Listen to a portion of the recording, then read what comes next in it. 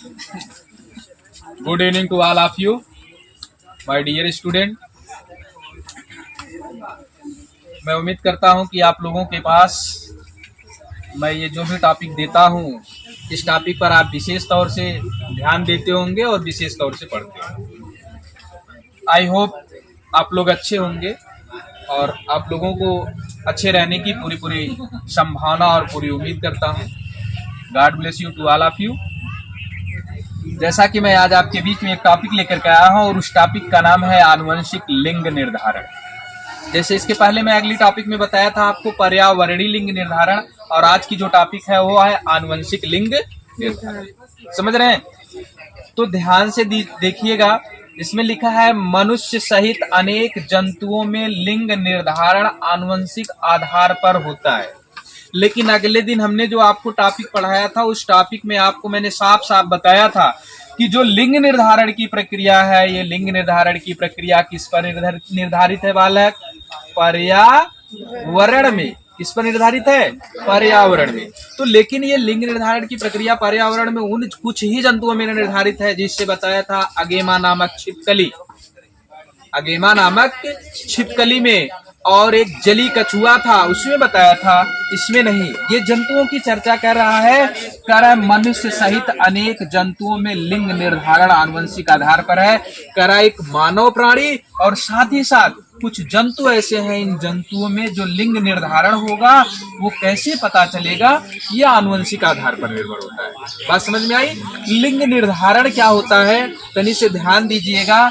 लिंग निर्धारण, लिंग मतलब जो लिंग बताता है, निर्धारण मतलब जो निर्धारित करता है कि अगली संतान उत्पन्न होने वाली या होने वाला क्या होगा, लड़की होगी या फिर लड़का। ओके, चलिए दूसरी पॉइंट देखिए। दूसरे शब्दों में कहा है कि जनक, जनक मतलब माता पिता, आपके पेरेंट्स न, मम्मी पापा। तो जनक जीवों से क्या? जनक जीवों से वंशानुगत जीन ही, मतलब आपके मम्मी पापा से वंशानुगत, मतलब जो एक पीढ़ी से दूसरी पीढ़ी में ट्रांसफर होता है बच्चा, उसे क्या कहते हैं? वंशानुगत जीन। मैंने बताया था कि डीएनए पर अर्थात क्रोमोनीमा पर माले या मोती के समान पाए जाने वाली संरचना को क्या कहते हैं? जीन कहते हैं। जीन शब्द किसने दिया था? जोहानसन ने। मेंडल ने क्या कहा था? कारक। क्लियर? तो इस बात का कह रहे हैं वंशानुगत जीन ही इस बात का निर्णय करते हैं कि संतति, मतलब वंशानुगत जो वंशागत जीन होंगे वही ये निर्णय करेंगे कि संतति लड़का होगा अथवा लड़की होगी। किंतु यदि दोनों जनकों से एक जैसा जीन सेट संतति में जाते हैं तो लिंग निर्धारण वंशानुगत कैसे हो सकता है? कह रहा है यदि दोनों जीन से, जैसे मान लीजिए अभी मैं आगे आपको पढ़ाऊंगा, बच्चा ध्यान देना। जैसे फीमेल के लिए जो है, मतलब लड़कियों के लिए, मादाओं के लिए, स्त्रियों के लिए, महिलाओं के लिए एक ही शब्द है। इनके लिए जो जीन प्रयोग किया जाता है वो XX प्रयोग किया जाता है, और जो पुरुष होता है या फिर जिसे हम जेंट्स कहते हैं, नर कहते हैं, इसके लिए क्या प्रयोग किया जाता है? XY। लेकिन कह रहा है यदि पुरुष और स्त्री दोनों का जीन एक कैसे हो, मतलब जैसे अगर यक्स इधर भी जाए यक्स इधर भी जाए, तो ये कैसे पता चलेगा कि लिंग निर्धारण की प्रक्रिया हो रही? तो उस लिंग निर्धारण की प्रक्रिया के लिए मुझे कौन से जीन की आवश्यकता होती है?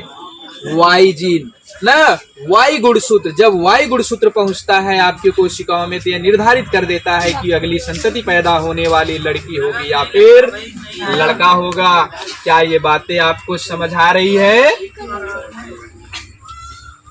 क्योंकि सभी जंतुओं का गुणसूत्र पूर्ण रूप से जोड़े में नहीं हो सकते। कह रहे हैं कि जितने भी प्राणी हैं, कुछ प्राणी ऐसे हैं जिनमें गुणसूत्रों की संख्या समान होती है और कुछ प्राणी ऐसे होते हैं जिनमें गुणसूत्रों की संख्या समान मतलब जोड़े में नहीं पाई जाती।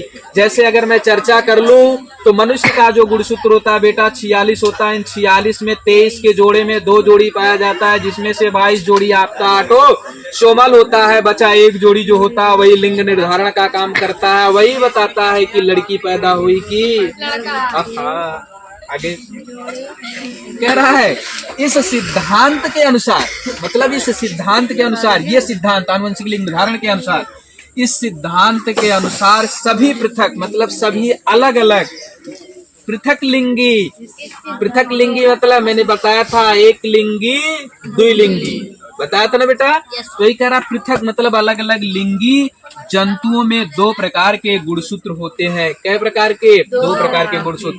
पहले गुणसूत्र को कहते हैं बेटा कायिक गुणसूत्र, आलिंगी गुणसूत्र, ऑटोसोम गुणसूत्र, इसी को कहते हैं दैहिक गुणसूत्र। फिर इसके बाद ये बात आ गई लिंग गुणसूत्र। दूसरा कौन होता है? लिंग गुणसूत्र। और लिंग गुणसूत्र की जो संख्या होती है वो होता है यक्ष और वाई। इसमें वाई गुणसूत्र ही क्या करता है? निर्धारित करता है कि अगली संतान लड़की होगी या लड़का होगा। और ये जो कायिक गुणसूत्र होते हैं इस कायिक गुणसूत्र की संख्या होती है 22 जोड़ा। क्या होता है?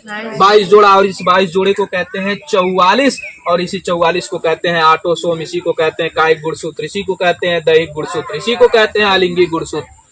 बड़ा नाम है, समझ आ गया? Yes sir. इसी कारण कहा जाता है कि लड़की की किडनी लड़के में और लड़का की किडनी लड़के में लगाया जा सकता है, क्योंकि 44 गुणसूत्र जो होते हैं वो आपके क्या होते हैं? एक समान होते हैं बेटा। बस इसमें चेंजमेंट क्या करना होता है? लिंग का। केवल आपके जेंडर नहीं बदले जा सकते और आपके बॉडी के सभी पार्ट को बदला जा सकता है। किडनी, लीवर, अमाशय, आंख, लड़का वाला आंख लड़की में लगाया जा सकता है। ठीक, welcome to all of you. I hope कि आपको ये चीजें समझ आ गई होगी। यदि आपको ये चीजें समझ में आती है, अच्छा लगता है तो जरूर चैनल को सब्सक्राइब, लाइक, शेयर, कमेंट जरूर करिएगा। धन्यवाद।